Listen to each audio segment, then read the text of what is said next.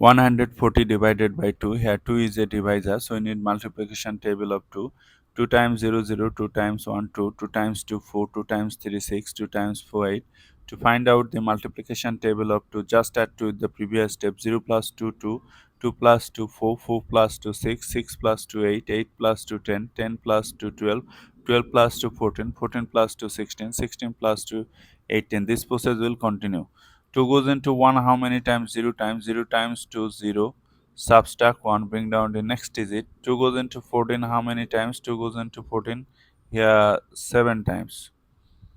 7 times 2 14. Subtract 0, bring down the next 0. So 2 goes into 0 how many times? 0 times. 0 times 2 0. 0 times 2 0. Subtract 0. As our remainder is 0, we are done. So our answer is 0 7 0 means 70.